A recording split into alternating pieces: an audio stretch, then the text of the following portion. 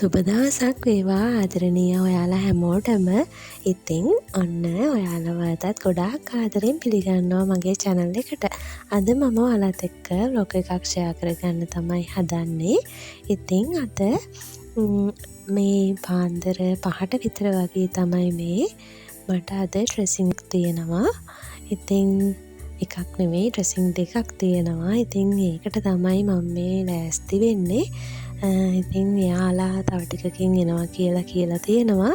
ඉතින් එයාලා එන්න කලින් මම අවශ්‍ය දේවල් ලෑස්ති කරගන්න ගමන් තමයි මේ ඉන්නේ.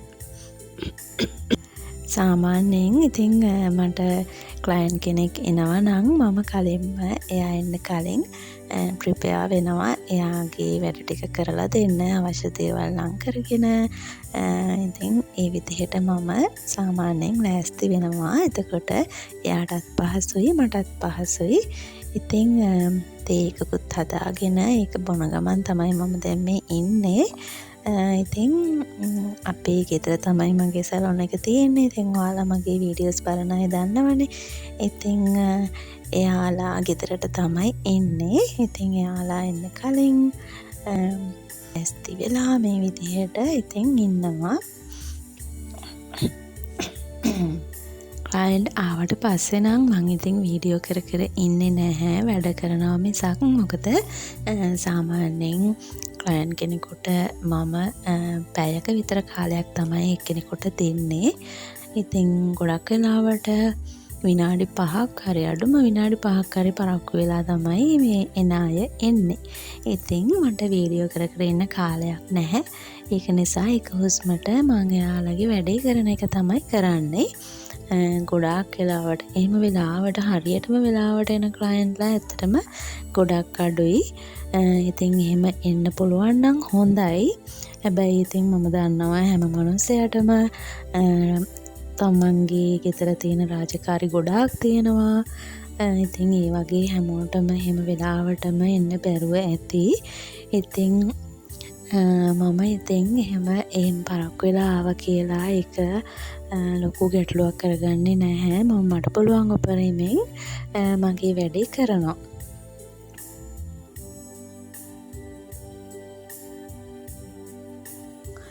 ඉතින් ඔන්න ඩ්‍රෙස් කරලා ඉවර වුණාට පස්සේ තමයි මේ වීඩියෝස් අරගත්තේ. එයාට මෙන්න මේ වගේ හෙයාර් ස්ටයිල් එකක් ඕනේ කියලා මට ෆොටෝ එකක් එවලා තිබුණා. ඉතින් ඒ විදිහට තමයි එයාගේ හෙයාර් එක හදාගත්තේ. ඒ වගේම මේ තියෙන්නේ මම එයාට කරපු මේකප් එක. ඉතින් මේ මම දන්න කියන නංගි කෙනෙක් මීට කලිනුත් එයා මගේ ළඟට ඇවිත් ඩ්‍රෙස් කරගෙන තියෙනවා. ඉතින් ඒ ඩ්‍රෙස් කරගත්තු දවසේ එයා හරි ලස්සනයි කියලා කිව්වලු කට්ටියම. ඉතින් එයා අද ආයෙත් වතාවක් මගේ ළඟට ආවා ඩ්‍රෙසින් එක කරගන්න. ඉතින් එයාගේ අම්මවත් මම ඩ්‍රෙස් කරා. එයාගේ ෆොටෝස් මට ගන්න බැරි වුණා.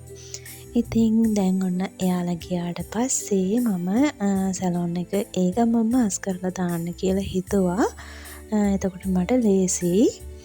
මේ ඉතින් දැන් බබාව හස්බන්ඩ් තමයි අද උදේ නර්සරි එක කරගෙන ගියේ. මම දැන් මේ වැඩේ ඉවර කරලා මොනවා හරි කාලා ඉක්මනට යන්න ඕනි බබාව ආපහු නර්සරි එකකින් එක් කරගෙන එන්න. ඉතින් ඉක්මනට සැලොන් එකේ ඒක මම අස් කරලා දැම්මම එතකොට මට හරි ලේසි. මොකද මේ බබාවම ඉතින් එයාත් එක්කනේ මම කාලය ගත කරන්නේ. ඒක නිසා ඉක්මනින් සැලොන් රූම් එක මේ විදිහට අස් කරලා අතු ගාලා දැම්මා.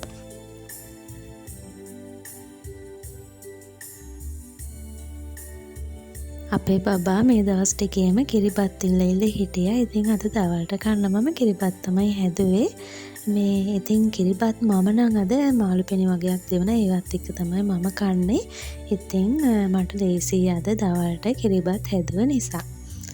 ඉතින් අපි දවල්ට කාලා හැම ඉවර වෙලා මම දැන් මේ ලෑස්ති වෙන්නේ මෙන්න මේ අනෝත ගෙඩි ජූස් හදන්න.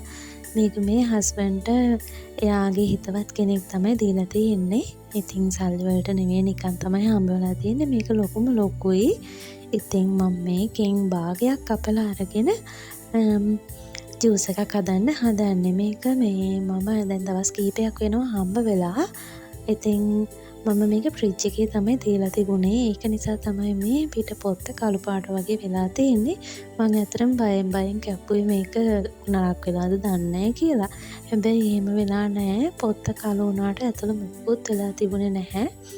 මේ හරිම රසයි. ඉතින් අනෝද කියන්නේ ගොඩාක් ගුණවත් ආහාරයක්නේ. ඉතින් මම මේක ජූස් එකක් හදන්නේ. මොකද මේ කෑලි කන්න බබා එහෙම කැමති නැහැ.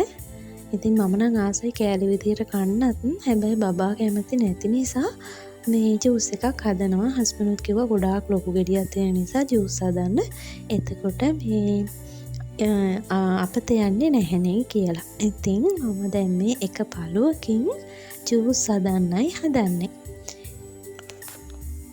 ඉතිරි පළුව මම ආයෙත් පෙට්ටියකට දාලා ෆ්‍රිජ් එකෙන් තියාගත්තා. ඊට පස්සේ මෙන්න මේ ඇට ඉවත් කරගන්න ඕනේ අනිවාර්යෙන්. ඉතින් ඒක නිසා අතින් තමයි මේ මදුරු ටික ගලවන්න වෙන්නේ. ඉතින් මම මදුරු ටික ගලවලා මේ විදියට ගත්ත ඇට ටික මම ඒ වෙලාවෙම ඉවත් කරගත්තා. ඇට ටික ඉවත් කරගත්තු අනෝද ටික මම මේ විදියට බ්ලෙන්ඩර් එකට දාගන්නවා. ඊට පස්සේ මම මේකට දානවා ගම්මිරිස් කුඩු චුට්ටක්, ලුණු කුඩු චුට්ටක් තමයි මම දාගන්නේ.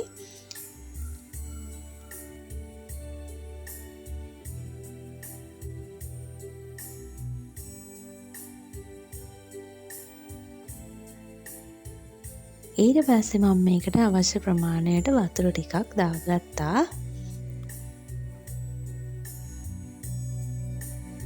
මම දැන් ලෑස්ති වෙන්නේ මේක බ්ලෙන්ඩ් කරගන්න. බ්ලෙන්ඩ් කරගන්න ගත්තට පස්සේ තමයි මතක් වුණේ මම මේකට සීනි දාගත්තේ නැහැනේ කියලා.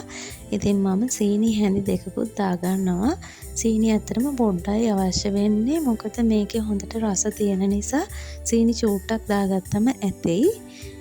ඊට පස්සේ මම මේ විදිහට හොඳට මේක බ්ලෙන්ඩ් කරගන්නවා. ඔන්න අපේ බබාත් ඇවිල්ලා ඉන්නවා බ්ලෙන්ඩර් එකේ සද්දෙට. අනිවාර්යෙන් ඉතින් බ්ලෙන්ඩර් එක ඕන් කරොත් එයා කෙලින්ම කුස්සියේ තමයි නතර වෙන්නේ. ඊට පස්සේ දැන් ඔන්න බ්ලෙන්ඩ් කරගෙන හොඳට ජූස් එක හදාගෙන ඉවරයි. මම අපේ ග්ලාසස් දෙකට දාන්නවා. බබාටත් ඉතින් මම මේක දුන්නා. හැබැයි එයා නම් ඉතින් ටිකයි බිව්වේ. ඔක්කොම බිව්වේ නැහැ. බොහොම අමාරුවෙන් ඉතින් එයාට ටිකක් පවා ගන්න පුළුවන් වුණා. එයාගේ කප් එකකින් එකක්ම දාලා දුන්නා. එයාට එහෙම ඉල්ලුවා අපේ ග්ලාසස් වගේම පුරෝලා දෙන්න කියලා. හැබැයි එයා ඉතින් බිව්වේ නම් මේ කෝප්පෙන් කාලක් විතර වගේ තමයි එයා බිව්වේ. ඉතින් ඒත් කමක් නැහැ. චූටි බබාලට ඉතින් පොඩ්ඩක් හරි ඇඟට වැටෙනවා නම් හොඳයිනේ. මේ විදිහට ඉතින් බටේකුත් දාලා හැම එයාට හදලා දුන්නා. මේ තියෙන්නේ අපි දෙන්නගේ ජූස් දෙක. මම මේකට උඩින් තව ගම්මිරිස් කුඩු ටිකක් එහා ගන්නවා. මම ගොඩාක් ගම්මිරිස් දැම්මේ නැත්තේ බබාට දෙන නිසා. ඉතින් අපි දෙන්නට චුට්ටක් මේක ගම්මිරිස් රස වැඩිපුර තිබුණාම රස නිසා වැඩිපුර තව චුට්ටක් ගම්මිරිස් කුඩු දාගන්නවා. මේ වෙලාවේ නම් හස්බන්ඩ් ගෙදර නැහැ. ඉතින් එයාගේ ජූස් එක ෆ්‍රිජ් එකකින් තියලා මම මගේ ජූස් එක බොන්න තමයි මේ ලෑස්ති වෙන්නේ. ඉතින් අද මේ අපිට කජු වගයක් හම්බ වෙලා තියෙනවා. මේකත් හස්බන්ඩ්ට හිතවත් කෙනෙක් තමයි දීලා තිබුණේ. ඉතින් මේ මන් දැන් මේ ලෑස්ති වෙන්නේ මේ කජු ටික කපන්න. අද රැයට මම කජු ව්‍යංජනයක් හදන්න තමයි හිතාගෙන ඉන්නේ.